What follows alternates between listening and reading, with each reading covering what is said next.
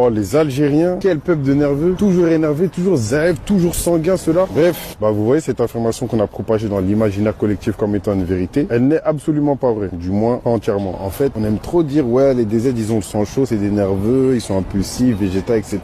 Ce caractère propre aux Algériens, il vient pas de nulle part. Et il s'explique historiquement et sociologiquement. J'ai moi-même été longtemps en accord avec cette vérité, du moins cette idée qu'on a partagée comme étant une vérité alors que pas du tout. Et quand tu t'intéresses à l'histoire de l'Afrique en général, en fait tu peux pas étudier l'histoire de ce continent sans étudier celle de l'Algérie. Cette imagerie qu'on a partagée autour des Algériens, encore une fois, en vérité ce n'est rien d'autre que le résultat et les conséquences d'un héritage colonial marqué par le sang. Quand tu lis Les damnés de la terre de Frantz Fanon, auteur qui a activement participé à la révolution algérienne dans les années 60, qui a elle-même été un des modèles de libération de l'Afrique de manière générale, parce que oui, les Algériens font partie des premiers indépendantistes du continent, en lisant ce livre, tu te rends compte que on te parle du côté sanguin des Algériens.